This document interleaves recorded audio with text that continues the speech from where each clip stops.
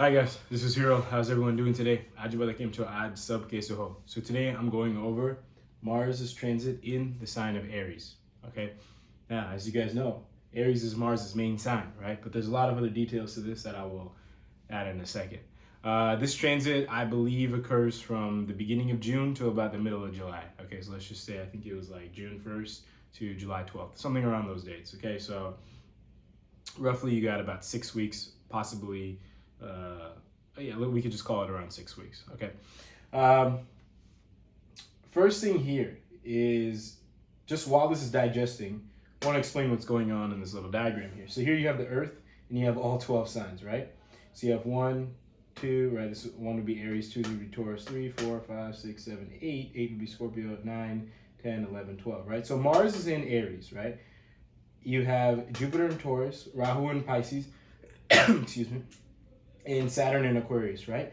All four of these guys aspect Scorpio, right? Which is Mars's other sign. Okay, so you have Mars here, right, in its own main sign, right? And then you have Saturn, right, in its own sign, throwing a third aspect on Mars, right? I actually should have maybe somehow figured out a way to draw another arrow here, but maybe it would have looked too messy, so that's why I didn't. But Saturn is throwing a third aspect, right? And Saturn's third aspect is a full aspect, right? And you have to remember, not all aspects are equal. And the aspect, the quality of the aspect, I guess you can say, or the beneficness or the positiveness has a lot to do with where the planet is originally sitting, okay?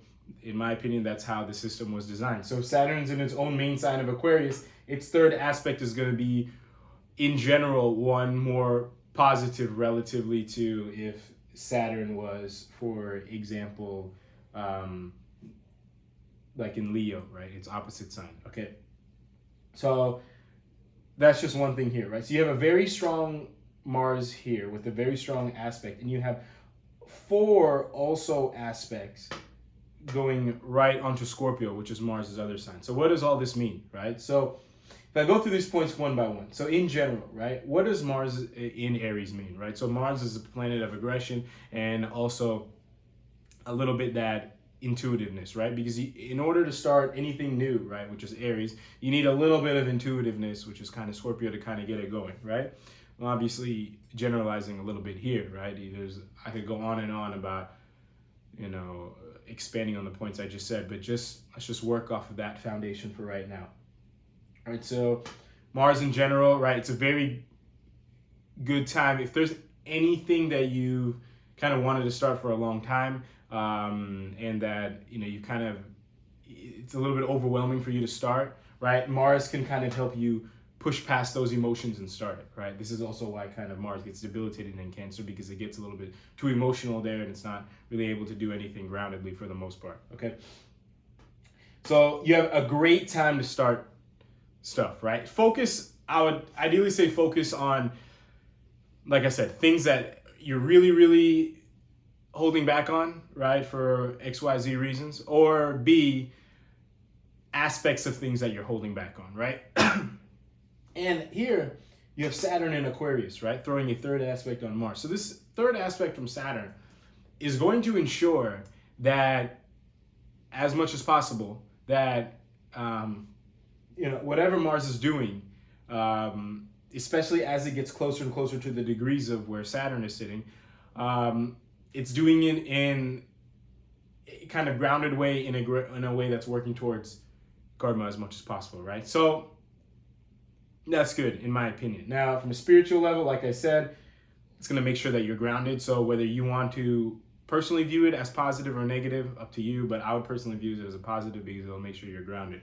Also, Saturn is in Aquarius, right? And Aquarius has a lot to do with karma with other people, right? So try to think of things that can somehow impact other people that you're starting. Now, this doesn't mean the typical conventional things like go volunteer at charity or something, right? This could definitely be one of the things, but you need to think a little bit deeper, right? And what I mean by that is, let's just say you've always wanted to kind of get in shape to influence your kids, right? It doesn't always have to be like, saving the world or something like that, right? It can just be what I'm doing, or specifically what I'm starting, how is it impacting other people, right? It doesn't have to be directly impacting them, right? It could be directly, indirectly, whatever, right? Or you don't have to directly be doing something towards that. It can be, right? There's all kinds of ways you can play this, but just think, right? It doesn't have to be too conventional, okay? So just want to point that out. So this in its own is extremely, extremely good, right? So off the bat, this is actually probably one of the most powerful times to get stuff done, right? You have Saturn and Mars, right? Which are two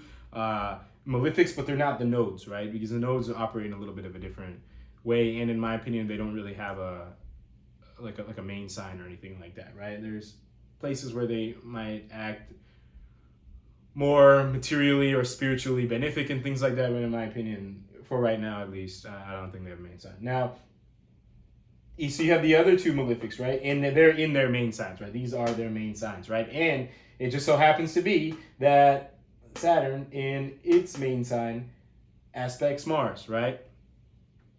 That's really, really good. This only happens for like 2 months, not even 2 months, like a month and a half usually, about every 30 years, right? Because every 30 years, Saturn's in its sign, and then out of that time for 2 months, Mars is in its sign, right? So you want to take advantage of this very, very strongly, okay? This is a lot more important than you think. It's probably one of the most important transits ever, okay?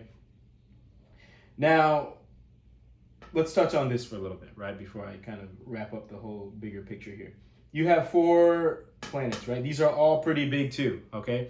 You have Saturn, Mars, you have all the outer planets, right? Jupiter, and then you also have a node as well, all aspecting Scorpio, right? Now, Mars, right? Let's just start with Mars' aspect first. So whenever Mars is the only planet that when it's in its sign, it throws a full aspect on its other sign, okay? Right, because just the nature of Mars and the fact that it needs to get stuff going, it kind of needs all the help it can get to function properly. Okay, so it basically needs a little boost here from Scorpio to kind of guide its intuition in a right way to kind of get things going in the right path, I guess you can say, right? Not necessarily the right path, but I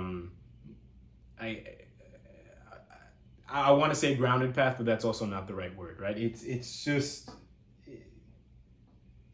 get things going in a way that will serve you in its own way that it deems fit, right? I think that's a good way, right? And then you have Saturn, right? So not only aspects this, but it throws a 10th aspect on this, right? So basically, Saturn's 10th aspect is all about discipline.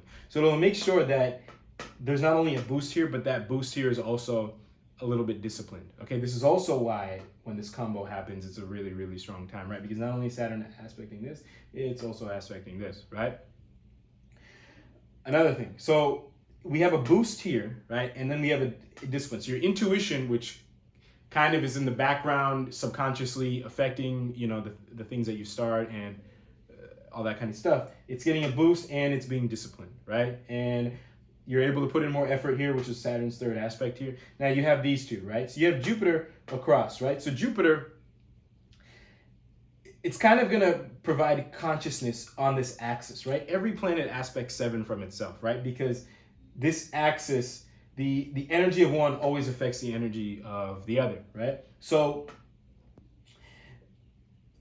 Jupiter, it provides, so what does this axis represent, right? It basically represents like stability and instability, right? And then, you know, right? And the reason why, excuse me, reason why I say that Scorpio represents intuition, right, is because, you know, through intuition, through uncomfortability is, through unstableness is kind of how you learn, right? Which is why, you know, I coining together intuition and instability, right? Because through new environments, new exposure, that's how you really learn, right? To an extent. And I made a separate video on the importance of 8th sign and Scorpio, which I'd strongly recommend you watch. The 8th sign, or the 8th house, is basically the hidden driving force of everything, okay?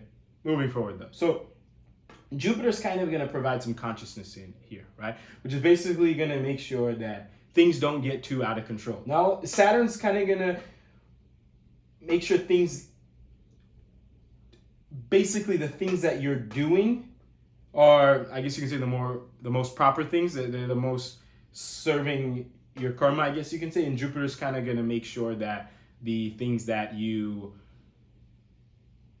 shouldn't, overall, the big picture, that things don't get out of control. But hopefully with Jupiter and Saturn combined, right? This is why you kind of have to look at the whole thing.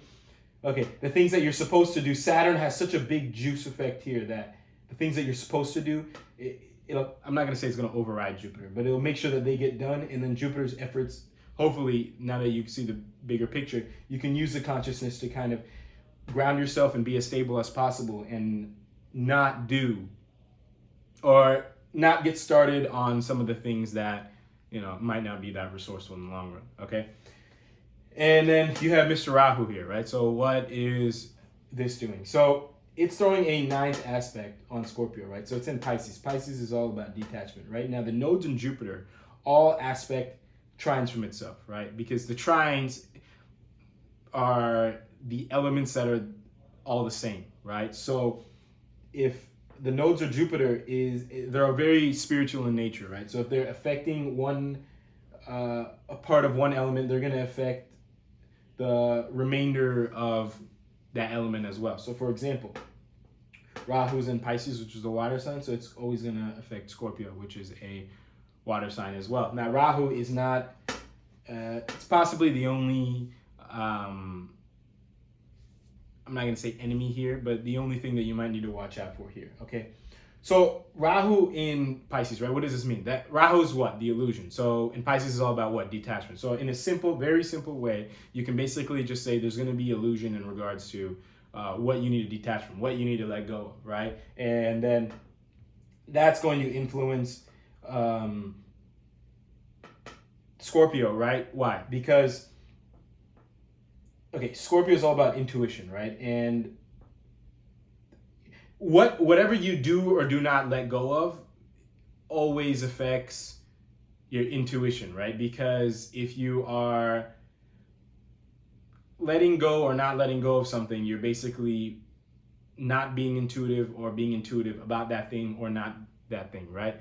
This is a little bit slightly complicated, possibly, but just to make it a little bit more simpler, Rahu's kind of going to try to trick you that, hey, in order to be a little bit more intuitive, possibly, we need to forget about these things, let these things go, right? But luckily, your Jupiter is here kind of fighting back, which is kind of why I put this in the same point, to kind of make sure that some stability is there, right? And Saturn's kind of going to be running the show and making sure that whatever at least needs to get done is getting done, and we're not wasting too much effort on nonsense stuff. Okay, so overall, even though, like I said, it's a malefic, right? But it's in its own sign, and the whole picture looks pretty promising for you to really, like I said, if there's a new chapter that you've always wanted to open, especially about yourself, but even on the outside. And I just actually made a video on how character change always causes success, right? Character change should always be the goal, and success will become as a byproduct. So I'd actually focus you to, guide you to focus on using the change that Mars is trying to make, especially with all this energy on Scorpio, which is kind of internal, on making changes internally as much as possible, right? And always the internal is going to affect the outside, right? Which is fine, but yeah, that'd be my advice. I think I made I gave quite a bit of information here, and hopefully you guys were able to understand properly. So yeah, that's it. But if you do have any questions or comments, you can feel free to let me know in the comment section or email. Until next time, as always, talk to you guys later. Thank you all very, very much for watching.